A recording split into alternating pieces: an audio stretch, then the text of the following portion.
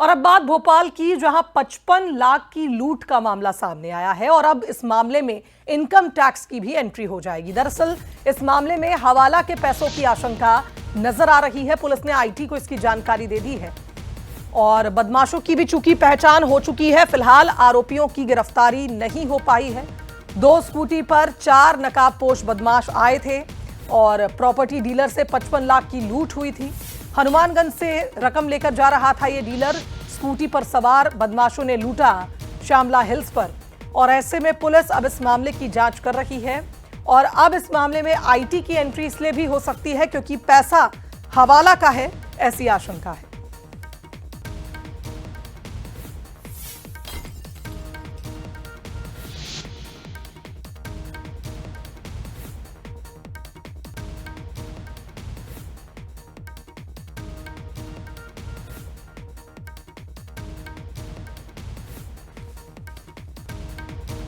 सहयोगी सनी का रुख करेंगे, हमारे साथ इस खबर पर लाइव जुड़ रहे हैं। सनी, एक बड़ा मामला था, प्रॉपर्टी डीलर को जिस तरह से फिल्मी अंदाज में रोका गया, लूट की वारदात को अंजाम दिया गया, लेकिन रकम बड़ी है, 55 लाख रुपए है और यही वजह है कि अब इनकम टैक्स की एंट्री भी इस मामले में हो सकती है।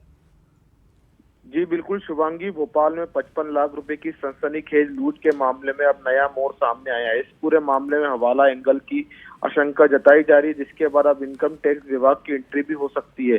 दरअसल 7 मार्च को 2 सगे भाई तारान बारोट और दिव्यांग बारोट, जो मूल रूप से गुजरात के रहने वाले हैं, भोपाल के चूनाभट्टी इलाके में रहते हैं, हनुमानगंज से करीब 55 लाख और 50,000 रुपए लेकर चूनाभट्टी की ओर जा रहे थे। बताया जा रहा है कि दोनों भाई प्रॉपर्टी डीलर कमलेश शाह के लिए काम करते थे। जब पॉलिटेक्निक से स्मार्ट रोड होते हुए चूनाभट्टी की तरफ जा रहे थे, तभी रास्ते से 2 स्कूटी सवार बदमाशों ने चाकू की नोक पर उनसे केस लेकर बड़ा बैग लूट लिया और यह पूरी वारदात शामला थाना इलाके की बताई जा रही है।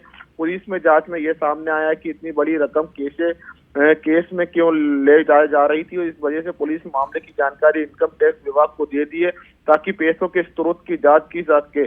फिलहाल पुलिस का कहना है कि लूट करने वाले बदमाशों की पहचान कर ली गई है, लेकिन अभी तक उनकी गिरफ्तारी नहीं हो पाई है। पुलिस की 10 टीमें इस आरोपी की तलाश में जुटी है, लेकिन दबिश दे रही है, जल्द ही इस पूरे मामले का पुलिस खुलासा करेगी। शुभांगी, यानी कुल मिलाकर सनी ये कहा जाए कि जिस तरह से लगातार पुलिस इस मामले में जांच कर रही है, देखना होगा कि आगे जांच में क्या